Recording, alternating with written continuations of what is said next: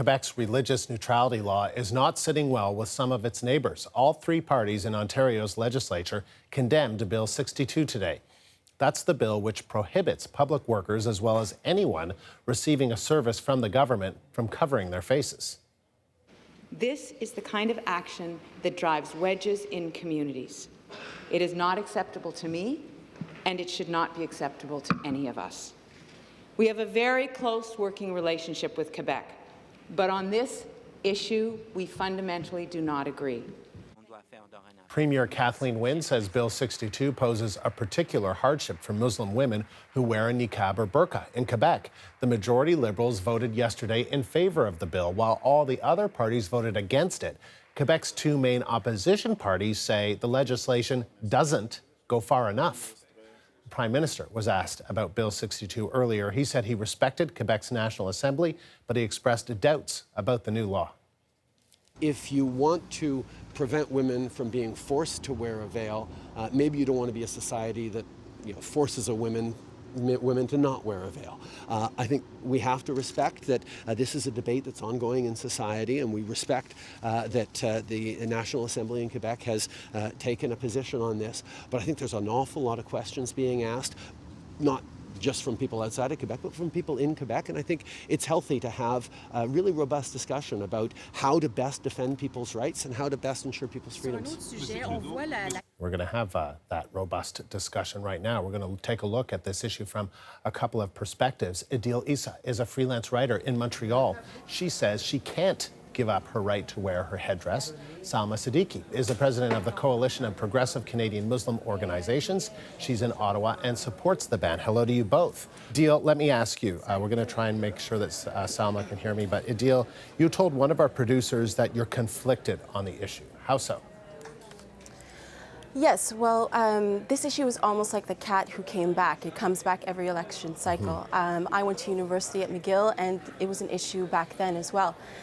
So part of me, I wrote an article for the Globe and Mail, and I explained why I felt conflicted, because part of me hopes that perhaps this issue will be put to bed by Bill 62. But another part of me understands that most likely this is going to resurface the issue. There's a lack of clarity on how this would be enforced. Public servants show a reticence to enforce this law.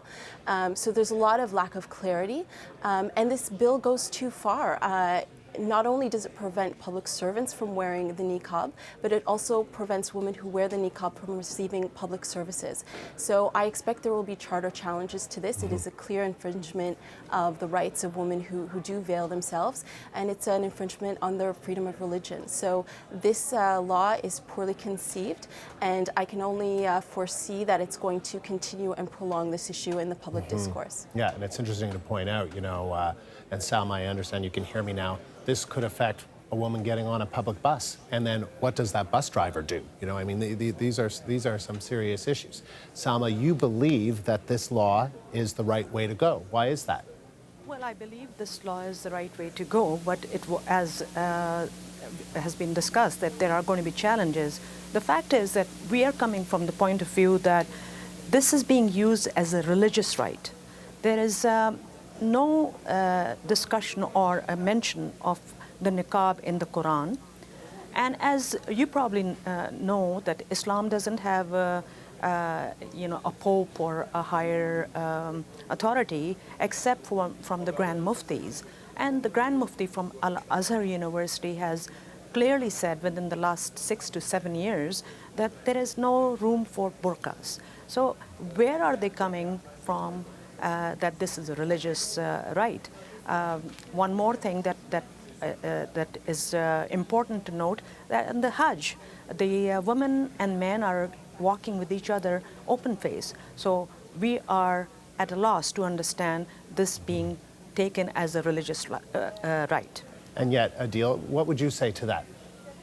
Well, I would say it's not the job of the Quebec government or the Canadian government to get up to speed on Islamic law. I think what they are concerned with is le vivre ensemble, how we can live together harmoniously. And I think that depriving women who choose to veil their faces from the right to access public services is not in harmony with vivre ensemble. So I think what we really need to look at is whether we want to deprive these women of access to public transport, to medical services, and whether we think that this is the type of measure we want to go forward with as a society. And so, Salma, what would you say to that? You know, I mean, so there's a woman wearing a niqab who takes the bus and now is going to worry and wonder every time she gets on a public bus in Quebec about whether she's going to be forced to take off her niqab to show her entire face. I mean, what do you think of that? Well, I'd like to sort of reiterate that this is not a law. This is not a religious law. So it is a law, let's though. cut It is that. a law that does require people to show their face. And so if you're wearing a niqab, it would require her, unless she were to apply for an exemption at some point in the future, and that's unclear, it would No, require her to show her face. And I'm not speaking on the Quebec side. So let me address the Quebec side and the fact that the woman is not going to be allowed to on public transport or not. That's the woman's right. She has chosen that. As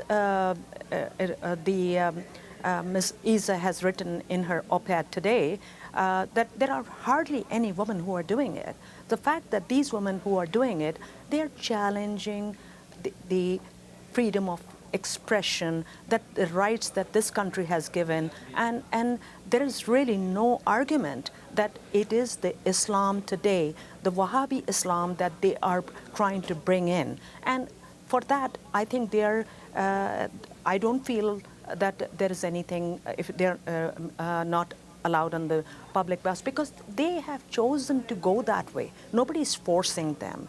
This burqa was thrown away by our grandmothers and great-grandmothers 100 years ago. Where did it come from? It came from Wahhabi Islam. And the fact that if you want to choose to use it, it's like, then you have to look for the consequences. Idil, what would you say to that argument? I would say again, I would bring it back to what we as Canadians want to put forward, how we want to live together. I think that there's two major issues. One is, what does a free society look like? And the other is this bill really religiously neutral? If you look at it, it only seems to affect women who veil their faces. Stephanie Vallet, the Minister of Justice, tried to backtrack and say, people who wear sunglasses or bandanas would also be affected. But I mean, don't insult our intelligence. We know exactly who this targets. If it was a bill that was more broad, that also spoke about ceremonial daggers, balcony sukkots, maybe there could be an argument to the religious neutrality of the bill, but it clearly targets Muslims, which in a climate of Islamophobia only makes the position of Muslim women more precarious in Quebec and in Canada. And also we need to look at how we conceive of our free society as Canadians.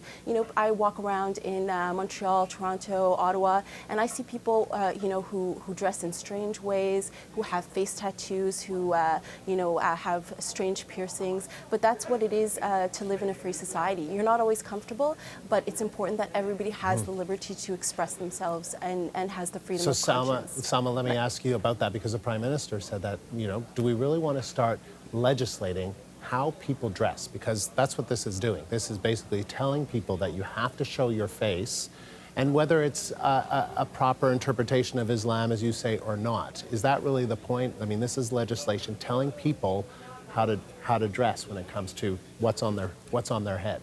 Well, first I would like to maybe, if you will allow me, I would say that I look at this and I say it is victimization. I, as a Muslim woman who've been here 50 years, I did my public school and everything, I think that this is totally wrong. We are not victimized. And the fact that if the society is asking them to open their face, I know at the cost of being labeled as a racist, I would say it's the way the society is. The fact that this is not the way these women came to Canada, or they chose to cover their face. They chose to cover their face because they want to make a statement. The statement is of the new political Islam, which none of us want And we want a secular country, and we do not want to see that. The fact that this is going to be challenged, there's going to be a charter challenge on this, where it is going to lead, we don't know.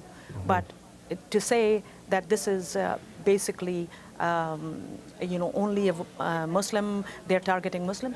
Let's look at ourselves and say, what is going to happen? Yes, of course, if the daggers and all that, challenge it, do it. But the fact that it's a religious right, not at all. It's not a religious right. It was a pleasure getting the chance to speak to you both and hear both of your perspectives on this. Thank you both very much. That is Thank Idil. you very much. Thank you. Idil Issa in Montreal and Salma Siddiqui in Ottawa.